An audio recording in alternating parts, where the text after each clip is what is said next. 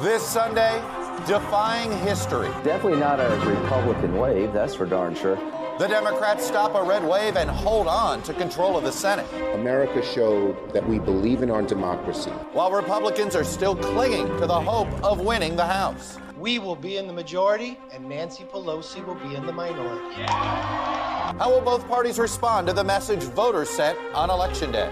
My guest this morning, Republican Senator Bill Cassidy of Louisiana and Democratic Senator Elizabeth Warren of Massachusetts.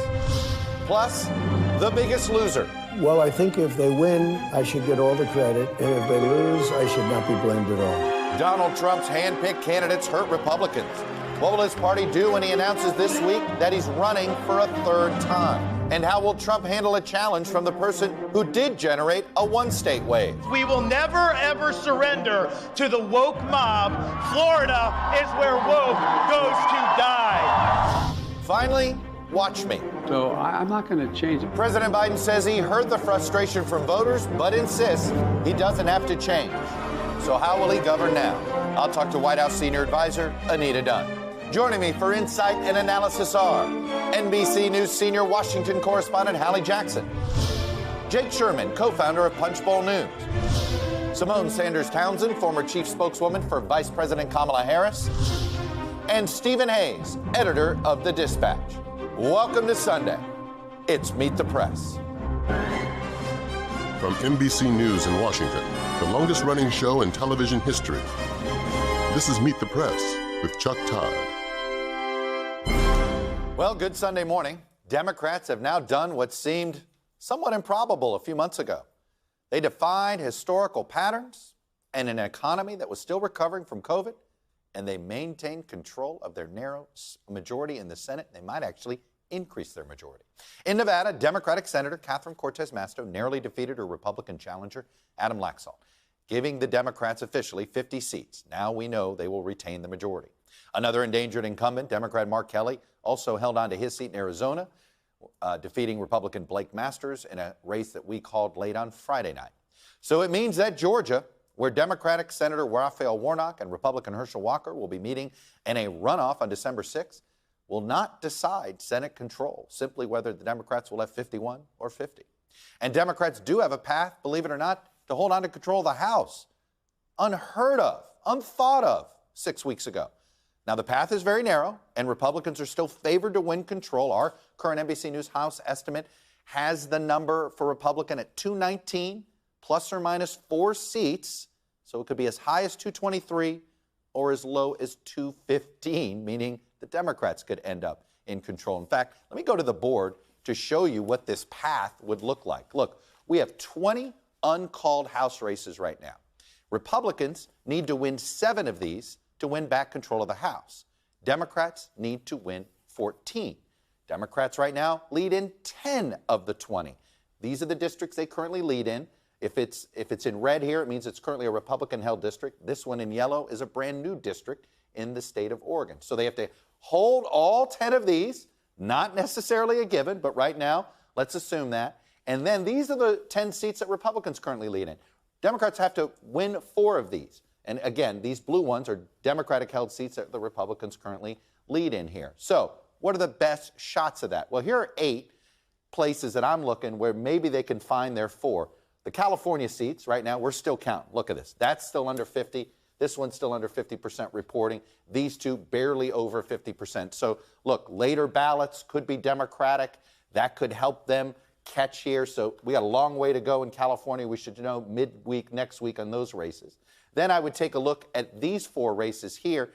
This one in particular in Arizona, these late ballots have been trending Democratic. This could be a good sign for them to find one there. I'm a little skeptical here. Democrats can catch the Republican here in New York. Ditto with Lauren Boebert in Colorado, and ditto with this one here in Oregon. But the path exists. That's what's remarkable. No matter what, control of the House is going to be by 2 or 3 seats max. And by the way, I want to show you something else here. This number, $7.6 billion. Now, just think about that. That's the amount of money that was spent this cycle just on political ads. We've had this roller coaster of a cycle, billions of dollars thrown at every candidate left and right, all for just a small handful of seats to change hands. Not a single Senate incumbent, barring what happens in the runoff, so far is lost. and just one governor has lost, Nevada's Steve Sisolak. Just think about how few incumbents have lost in this political environment. Now, look, the recriminations are beginning for the Republicans, beginning, of course, with the leader of their party, Donald Trump, ahead of his planned 2024 announcement at Mar-a-Lago on Tuesday. The Rupert Murdoch outlets are on the attack on Trump. Wall Street Journal editorial board declared Trump the party's biggest loser. The New York Post has been boosting Florida Governor Ron DeSantis, anointing him the future and proclaiming Trumpty Dumpty. But it's not just Trump that's under the microscope now among Republicans. In the House, you have members of the Freedom Caucus already threatening to withhold support for Kevin McCarthy if he puts his name in for Speaker. And in the Senate, a growing group of Senate Republicans are calling for a delay in leadership elections. First real challenge we've seen in quite some time, potentially, to Mitch McConnell. So what's going on with the Republican Party right now? Joining me is from Baton Rouge is Republican Senator Bill Cassidy of Louisiana. Senator Cassidy, it is good to see you after the election. So let me just start with that. What did you learn from this election?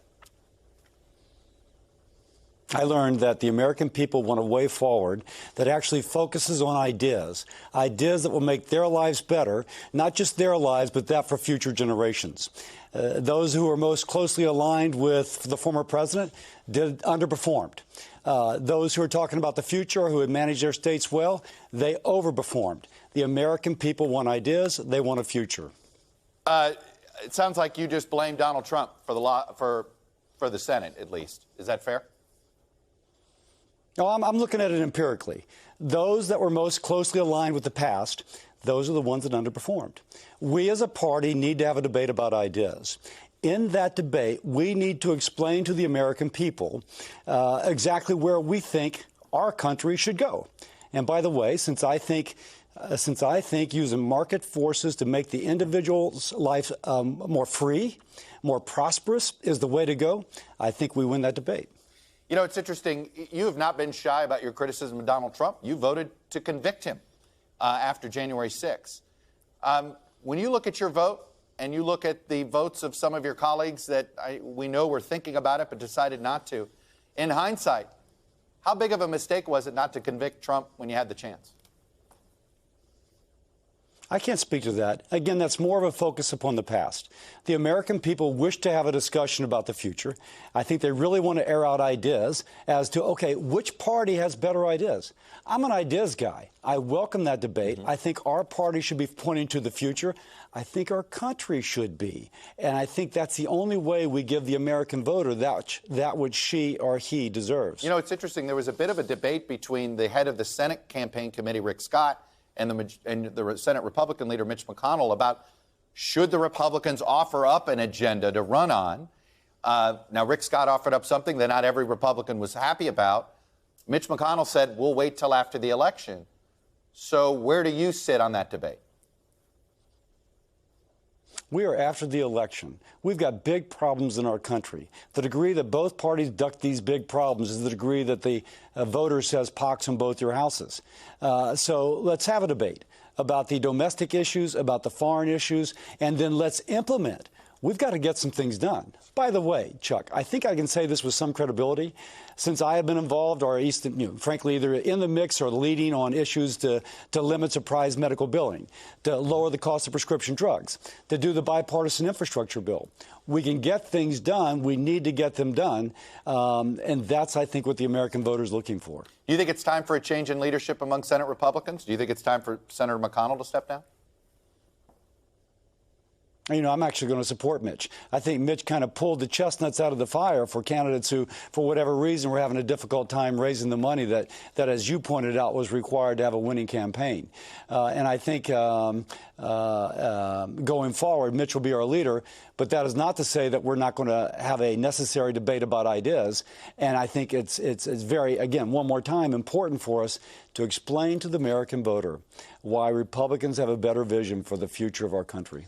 I guess I ask this, if this is the result of these elections, but the Republican Party still has sort of the same leadership at RNC, Ronna McDaniel, Kevin McCarthy of House Republicans, Mitch McConnell of Senate Republicans, and of course Donald Trump is sort of the leader out there. If there's no change there, do you think that's a problem for Republicans going forward? First, we're not a cult. We're not like, okay, there's one person who leads our party. If we have a sitting president, she or he will be the leader of our party. But we should be a party of ideas and principles. And that's what should lead us. And I will go back. What we've been lacking, perhaps, is that fulsome discussion followed up with the policy initiatives that we work to pass that will define who we are. Again, we are not going to have one person anointed unless she or he happens to be a sitting president. We should have a set of principles and ideas and legislative accomplishments that is our lodestar, if you will. That's where we need to go. I understand that's where you should go. How do you get the party there? Because you know how hard it is. You know the base of this party still loves Donald Trump. Or do you think that this midterm could break that spell? You know, elections are about winning. And so if folks want to look at these election results and decide that's where you want us to continue to be, then we're not going to do well. If people are going to look at these election results and say, hey, listen, the Republicans have established ourselves as the anti-woke brand. We care about being anti-woke. Now let's have a series of policy initiatives that actually help people's lives get better. I can point to the examples I mentioned earlier that I've been involved with. Surprise medical billing, that legislation has prevented about 11 million surprise medical bills in this year since it was signed into law in January. That's fantastic. Similarly, we can go to the bipartisan infrastructure bill, which was led by the Senate with Republicans fully engaged in making sure that the average American, for example, has access to high-speed, affordable Internet. We can look at those legislative accomplishments, get them done, build the credibility so that next time, next election, people decide to vote Republican. Look, Donald Trump's announcing his candidacy for president on Tuesday, whether anybody wants him to or not. And we understand people have tried to get him to postpone this decision. He's not going to do that. Are you at all concerned that his just mere presence is just going to make it that much harder for Republicans to recover? You know, we have to be a party about the future. And so if we're talking about the future, the American voter, she'll make her choice. And if we have results that show these are our ideas. Now, if the left frustrates our efforts, well, that will be part of what we will discuss. But we just have to make that case. I think you see, for example, a governor like Governor DeWine in Ohio, who's governed extremely well, given an example of putting forward policies that make the people in Ohio's lives better. And he had an incredible victory. And we can go around the country and see that. So if we have a track record, if we have the ideas, then we will appeal to that voter talking about the future. Look, I understand that, and I know where you're trying to head here, but Donald Trump doesn't want to head in the direction you want to head. How do you stop that direction? What do? Do you rally around? Is it time to rally around Ron DeSantis now? By offering an alternative. Again, the Republican Party should be the party of ideas and principles. I think I have attempted to live my political life that way. Principles, ideas that will work to make the American people's lives better. Who is our next nominee will sort itself out. But we have to appeal to those within our party and without our party if we are going to win. And they're going to respond to a positive message which says this is how our ideas will make your life better. Now, we should welcome that debate. I do. I try and live my life with principles and ideas. And if we do that, then we will win. Can you imagine having to support Donald Trump again if he's the nominee of your party? Our party should be about the future. I think our next candidate will be looking to the future, not to the past. And I think our next candidate will win. And so I anticipate supporting a candidate who's looking to the future. And if that candidate's Donald Trump, do you plan on supporting that candidate? You're giving me a theoretical, which actually I don't think will come to transpire, because we have to be looking to the future.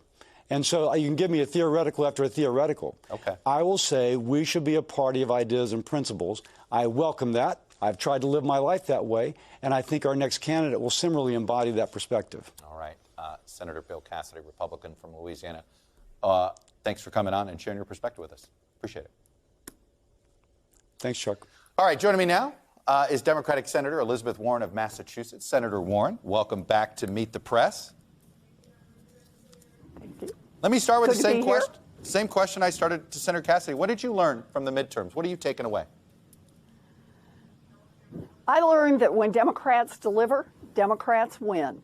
We got out there, we fought for working people. That's the heart and soul of the Democratic Party.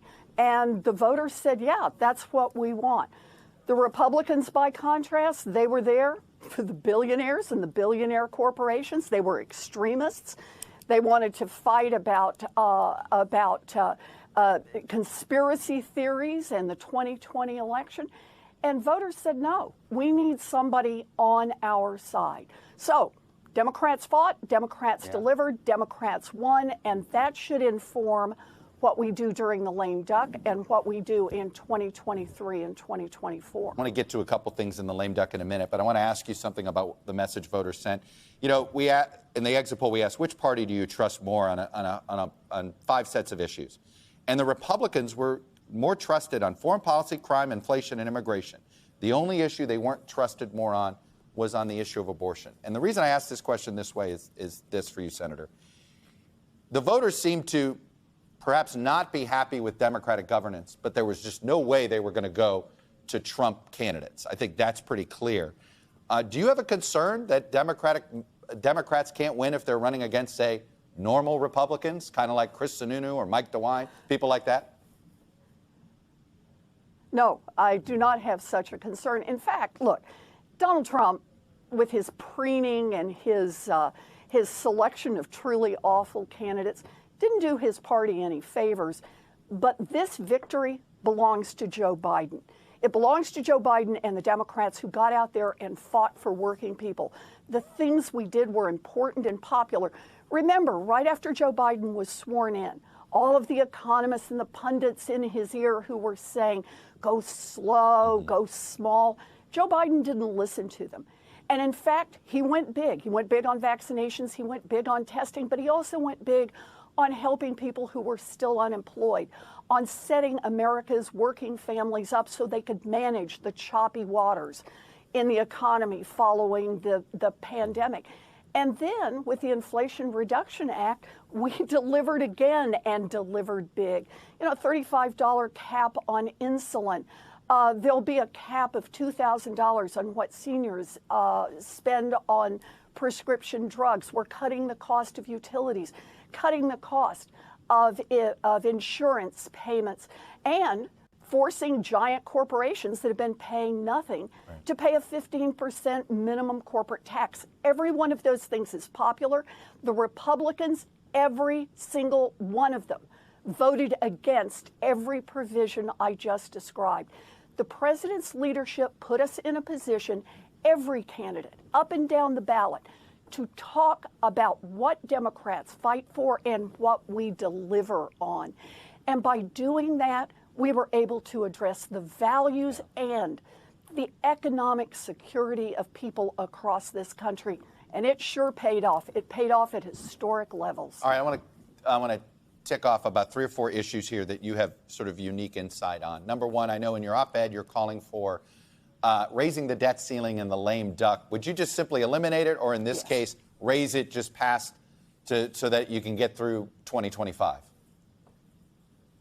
Okay, look, let me just be sure to set this up really fast. This assumes that if the Republicans take the House... That's right. We can't assume anything there. We need to raise... That's right. Yeah. That's right. We cannot. If the Democrats take the House, then there's no urgency around this. Right. But no matter what, the United States of America has to honor its outstanding obligations. I get rid of the debt ceiling altogether. Right. It serves no function except to create leverage for people who are willing to blow up the economy. And that's the problem we've got right now. Many of these new Republicans who are coming in are people who are coming in with exactly one goal: get Donald Trump elected in 2024. And they see that if they can create chaos in the economy, then they think that may move Donald Trump 1 inch closer to election.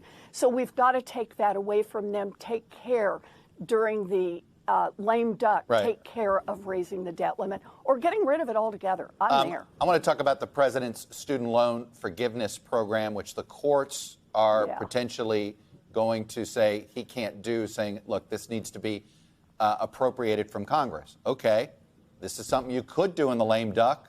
Should you wait for this court outcome or simply codify the president's student loan plan via Congress? So look, I'd be delighted to codify what the president is doing, but here's the key. I don't have any doubt that the president has the legal authority to cancel this student loan debt. President Trump did it, President Obama did it, and President Biden has actually done it up to now on student loan debt payments.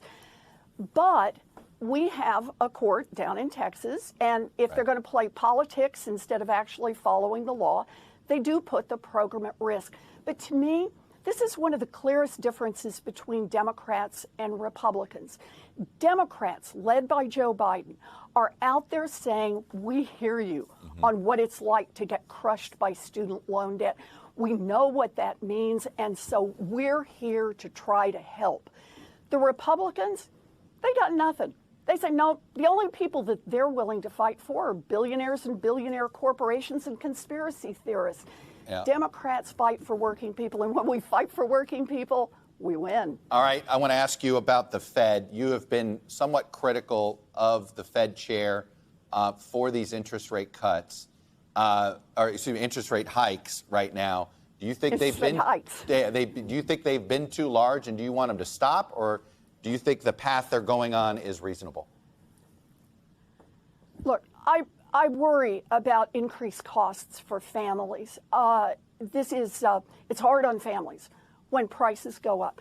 But I also worry about a Fed that only has one tool in its toolbox, and that is to raise interest rates. And the Fed chair has said directly to me in hearings, well, no, raising interest rates actually doesn't directly affect the price of groceries.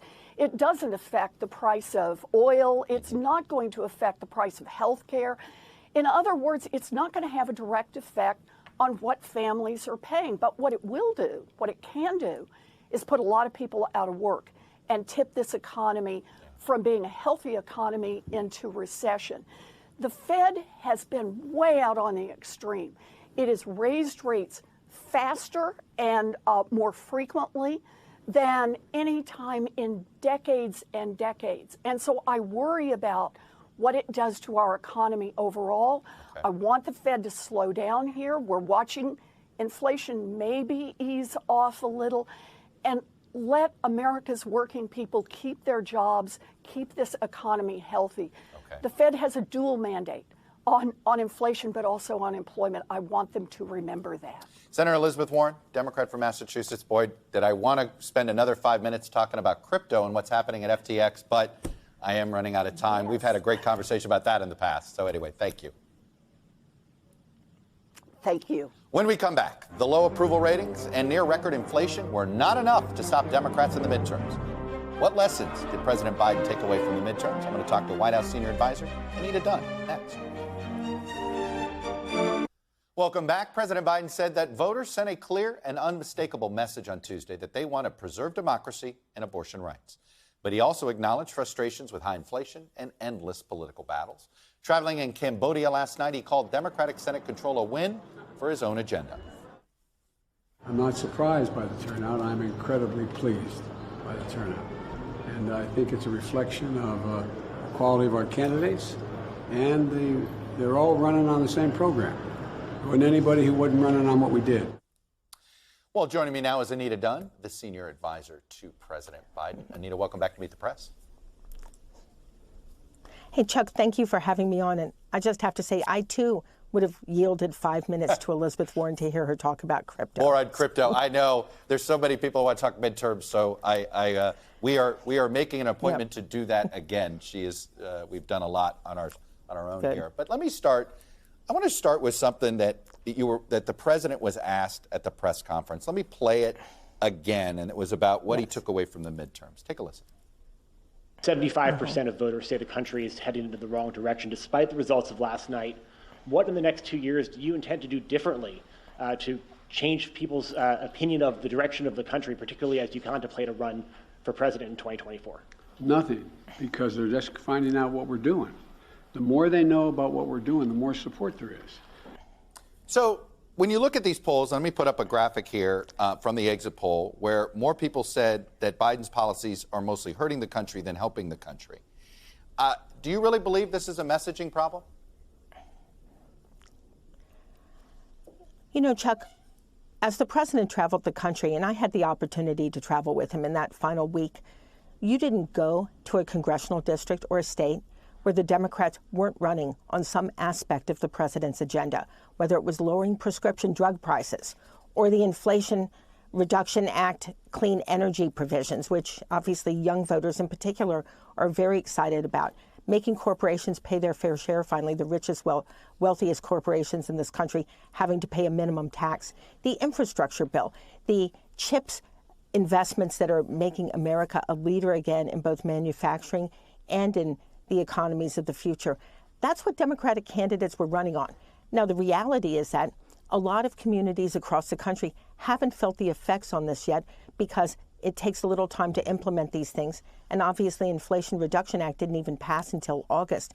So what the president has been saying and what he believes is that as these bills, as these programs really become projects, as they become community-changing, forward-looking progress across this country, that people are going to, they're going to feel it.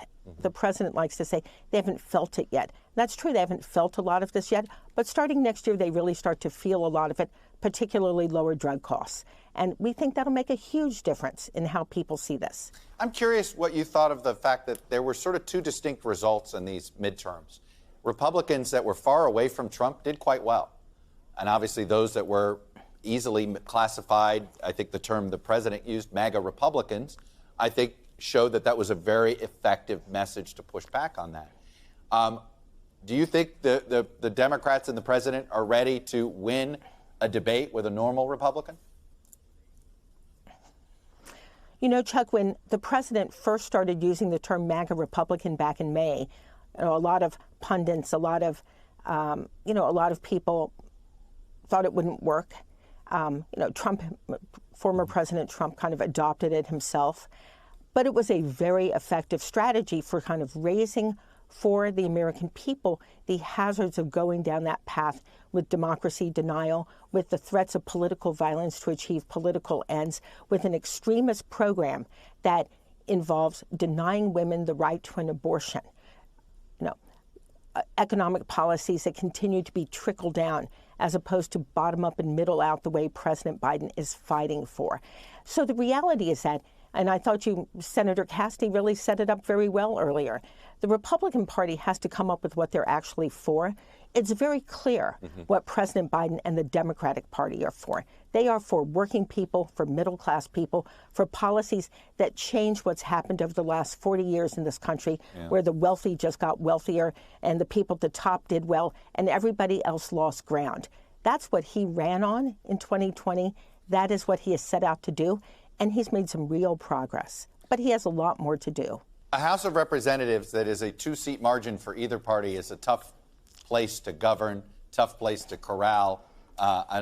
Good luck to whoever has to do that on that front. But what does that portend for the next 2 years legislatively? Are we looking at smaller, incremental things that get through Congress? Or do you think even with a one-seat majority, you could do more if somehow the Democrats end up on top here? Well, I wouldn't say a 50-50 split Senate and a very narrow House majority had been all that easy over the first 2 years. I know this could be the good old days, though, at what President Biden, it could be the good old days, but I would just say that the president was able to get huge bipartisan legislation passed in his first 2 years. The CHIPS and Science bill, the infrastructure bill. Presidents have been talking for decades about infrastructure. Joe Biden got it done. The PACT Act to help our veterans. The first major gun safety legislation in over 30 years, that was all bipartisan.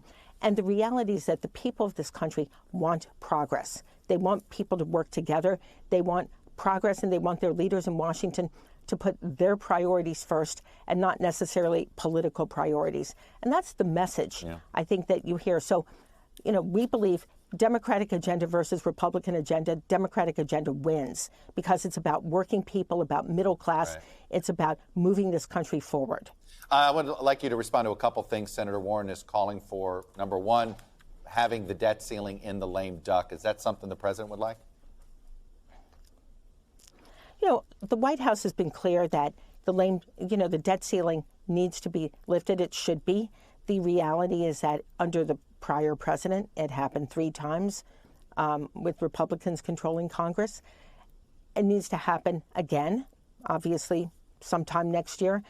Whether it gets done in the lame duck or next year is really up to Congress. But here's what's important, which is the debt ceiling should not be held hostage to policy changes. And there's no way that any political party should throw this economy and the global economy into chaos by refusing to lift it. And that's what's important. The president's student loan plan, the courts clearly would like to believe that it should be codified in Congress, the ones that have vacated it. Do you want to pursue that, or would you like to wait to see what the Supreme Court has to say? Well, Chuck, there have been a couple of challenges to it that have gone directly to the Supreme Court so far that have been kicked out immediately. There's one judge in Texas right now who has made a ruling that we just disagree with. We think it's wrong. We believe that the law is on our side. We're appealing, and we believe this program will be upheld. But let's be clear. There are 26 million people in this country who have already applied for their student debt relief. Working people, people who are just looking for, as the president would say, a little breathing room. And the Republicans are trying to stop this. Yeah. And we are going to fight for it. We believe it'll be upheld. We believe we can give those people the student debt relief. But we also want to make it clear who is trying to stop this. And that's the Republican Party that has no trouble giving huge tax breaks to wealthy corporations, but denies $10,000 in student debt relief to people who are really struggling. All right, Anita Dunn, Senior Advisor to President Biden. Appreciate you coming on after the midterms and sharing your perspective. Well, thank you for having me on, Chuck. And the vote counting continues. But what are the real lessons from the midterms? The panel's going to weigh in next.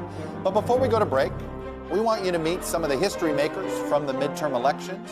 We're going to do this throughout the show before each commercial break here, beginning with some of the new governors.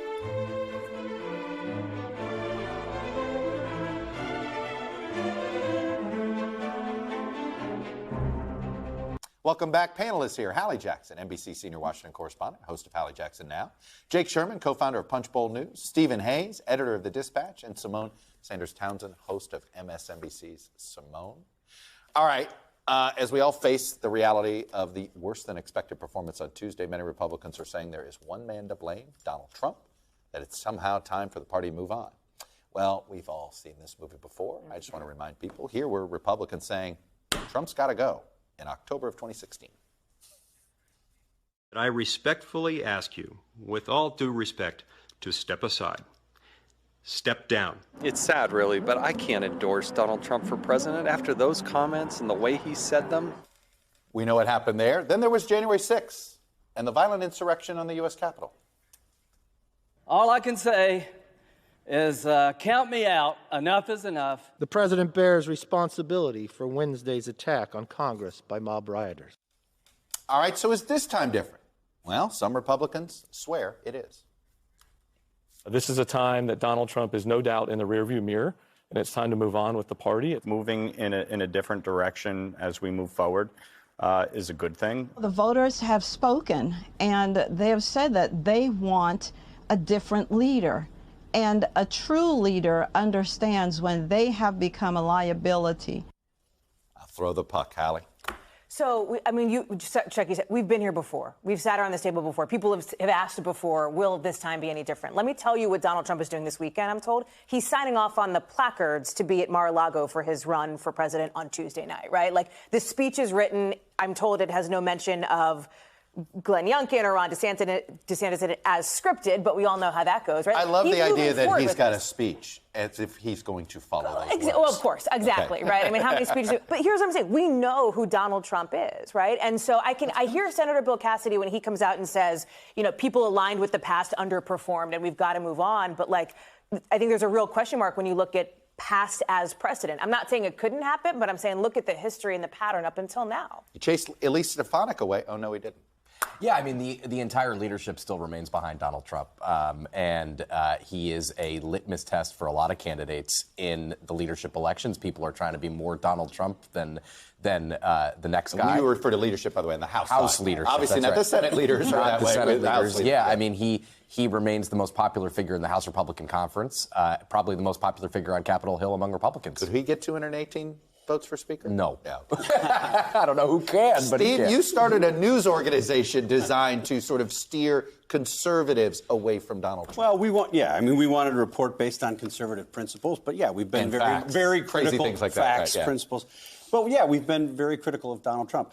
So I'll take the bait. Yeah, I think this is different. I've had conversations with a number of members of the House, a number of senators in the past few days, and there's a common theme. They're hearing it from the grassroots. They're angry that Donald Trump is going after Ron DeSantis. Ron DeSantis won Florida by 20 points. He seems to be making Florida a red state. This is a model for Republicans across the country. And Donald Trump spent his time after this election going after Ron DeSantis, going after Glenn Youngkin, going after Mitch McConnell. People who actually overperformed. By the way. Glenn Youngkin, who won a blue state. Ron DeSantis, but I think the losing point point is a very important one. A couple of years ago, I had a conversation with Anthony Gonzalez, Republican representative from outside of Cleveland. And he said to me at the time, Republicans will understand this when it's clear that Donald Trump is going to cost them politically. That's where we are. This is unambiguous. This is Donald Trump's loss. I just feel like, though, we had the 2018 midterm elections. You had 2020. This is not the first time that they have lost, right?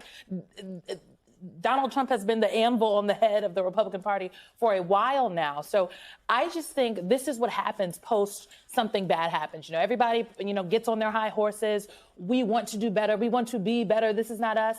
And then they are right back to where we've seen them before. The thing that's different, a little bit different now, is the seed that he planted, especially in 2020, right? This idea of the lies about election fraud, the election denialism, that also lost, right? And I know you were interested in this fact, but I was covering these Secretary of State races, the ones we don't normally talk about.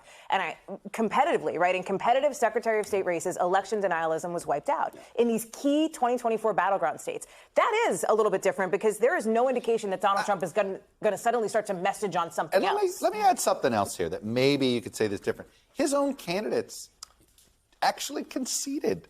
Like Don Bolduc, the campaign is over. Tudor Dixon, we came up short. Tim Michaels, it wasn't our night tonight. Mehmet Oz, I called John Fetterman and congratulated him. So the Trump-backed candidates wouldn't play the Trump crazy to deny their loss. That must mean something to the grassroots point, no? Yeah, and furthermore, I think even more importantly, and this dovetails with what you're saying, excuse me, the Trump candidates, not only in the Senate, but in the House, Trump candidates, Trump-fueled candidates, Trump-inspired candidates lost resoundingly. I mean, you look at these districts around the country. Bo Hines in North Carolina is a perfect example. A winnable seat for House Republicans would have put them on a clearer path to the majority. Lost. I mean, there are just J.R. Majewski in Ohio. John Gibbs in I Michigan. mean, it is not Joe Kent in Washington State. A Republican, a double-digit Republican district. Right. Yeah. I mean, they're all losing. But these weren't blowouts. I guess my only thing is when you talk to I'm talking about you talk to people out there, voters. These were not blowouts. These were very close races. I think about you talk about secretaries of state. I think about the 1 million people that voted for the election denier in Arizona. Right, so there is something still there. You take any heart that there's 50% plus one enough. I am excited that democracy prevailed, but I think it would be wrong for us to just believe that there's this huge swing the opposite way. It was close. No, I think that's right. Yeah. But election denialism has to be seen as a means to an end. The people who embraced election denialism did so to get Donald Trump's support in the primaries, primarily. And then it was useless to them. So at the end, after they lose, what's the point of being an election denialist at this point when most people know it didn't happen? All right, let's end with Kevin McCarthy. We have Jake here. There's nobody nose counting more what's going on in the House Republicans. No pressure. All right. I don't see how anybody has 218 votes for Speaker, and I don't care if you're the Democrats or the Republicans. How is anybody going to get to 218 with this margin? We've never had this in any of our lifetimes.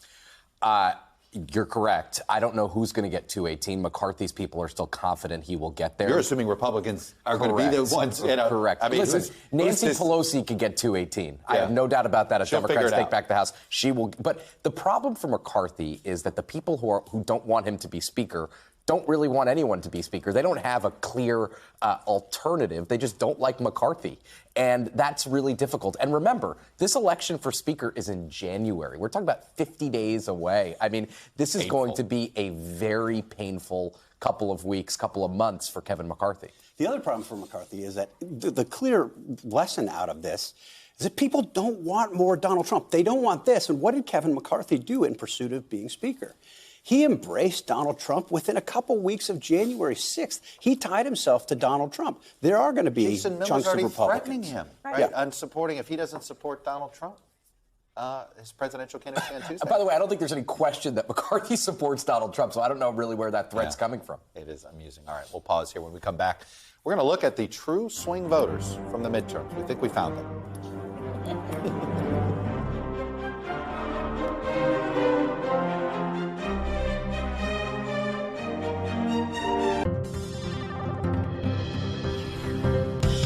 Welcome back. Data download time. It seems that as our nation gets a bit more polarized, it becomes harder to find and define the swing voters that do still ultimately decide close elections.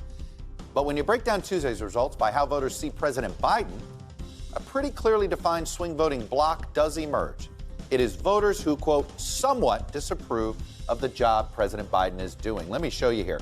Look, as you can see, if you approve of the president, you voted in big numbers for Democrats. And if you strongly disapprove of President Biden, you voted big numbers for Republicans. But look at this. 10% told us they only somewhat disapprove of the job President Biden is doing. And they voted Democratic? Let me explain. Let's take two states here, New Hampshire and Georgia, where we saw a big split among these voters. Governor Sununu won re-election quite easily, and among somewhat Biden disapprovers, he won 60% of them. Don Bolduc lost the Senate race, a Trump-backed candidate. He only got 25%. Go to Georgia, a similar story. Governor Kemp wins 57% of these swing voters.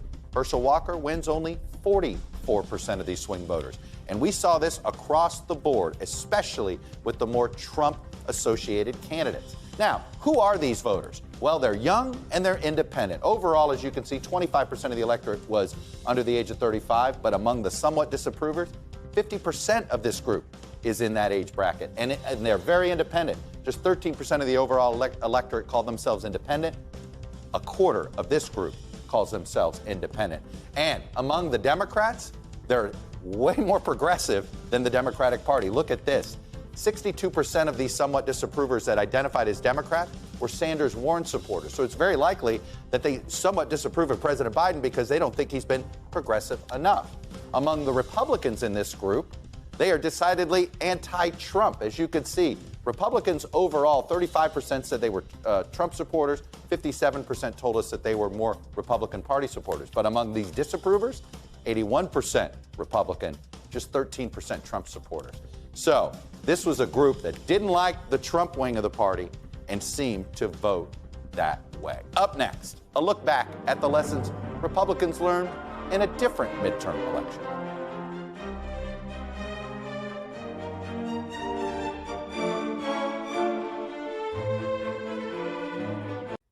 Welcome back. We are celebrating 75 years of Meet the Press this month. So in honor of that, we're bringing back the Meet the Press Minute.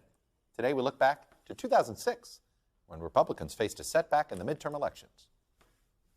In May, you were asked if the Democrats won control of the House and or the Senate, how would that affect your presidential race? You said, quote, I think it depends on the message of the American people. Are they sick of us Republicans? Are they sick of all incumbents? You can tell when people go to the ballot booth what their priorities are, what their concerns are, far better than any other way. What did you hear from the voters on Tuesday? That we Republicans have lost our way, that we came to Washington to change government and government changed us. I want to pick up on something that was in there, and it's the incumbent, Symone. It's remarkable. You have 73% of the country not happy with the way things are going, really dissatisfied. We got the country fired one incumbent. Between all the incumbent governors and senators, they fired one, the governor of Nevada. We reelected a lot of people in this country, even though we claim we don't like anybody that's running the country. Welcome to America, I guess. Look, I really think when people say that they don't like the direction that the country is going, they're talking about how they feel at the time. And yeah, if you are going to the gas station and it's costing you $5, $6 to fill up your truck, you don't like that. If you're going to the grocery store and your eggs are still very expensive and bacon doesn't, you don't like that. But you know, do I think that my senator is doing a good job? Okay, sure. I'll send them back to Washington. And so I really think that we have to peel back the layers. That's why I love when you do the focus groups. Yeah. Because you get to ask people the follow-up questions. Right. And it's really about how people are feeling, not necessarily that they don't like the president, right? Yeah, I heard the dissatisfaction maybe on the election, on the democracy. The other thing that John McCain talked about in that was the idea of a reckoning inside the party, right? Alluding to a reckoning inside the Republican Party. And that, I'm old enough to remember when there was an autopsy back after, the orange, I don't know that that's going to happen here. I think you're seeing it in some corners of it. I think, again, your interview with Senator Cassidy, it is clear. There are people who are grappling with what is the future. You will see, I think, Donald Trump be primaried. But that kind of attitude, the idea that we're going to have a big soul-searching moment, I don't know. What's the big saying? You don't run against the almighty, you run against the alternative. That's what Joe Biden was saying. And I think that I think what you see nationwide is candidates matter. I know it's trite, I know it's cliche, but there were a lot. By the way, I'm glad they do. It should, it would be worse if the candidates and the candidates didn't matter. I mean, this is a good thing that they matter. Right, and I think you had a lot of bad candidates. Yeah. Your interview with Senator Cassidy, I thought, was fascinating for exactly that point, right? I mean, I think he correctly laid out the stark choice that Republicans have following this debacle and put himself on the side of sort of principles and ideas in the future.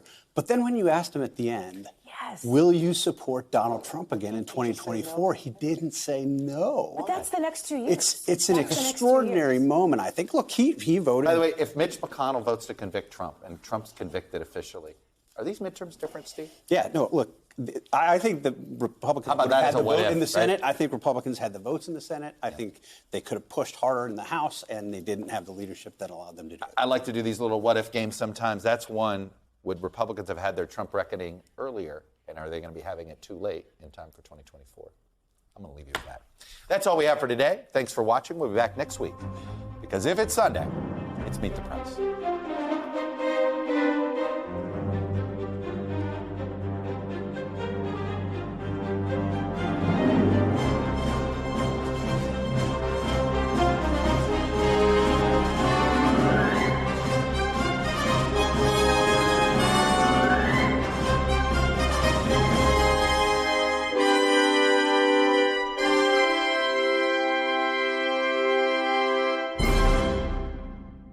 Celebrating 75 years of Meet the Press, the longest-running show on television. Thanks for watching our YouTube channel. Follow today's top stories and breaking news by downloading the NBC News app.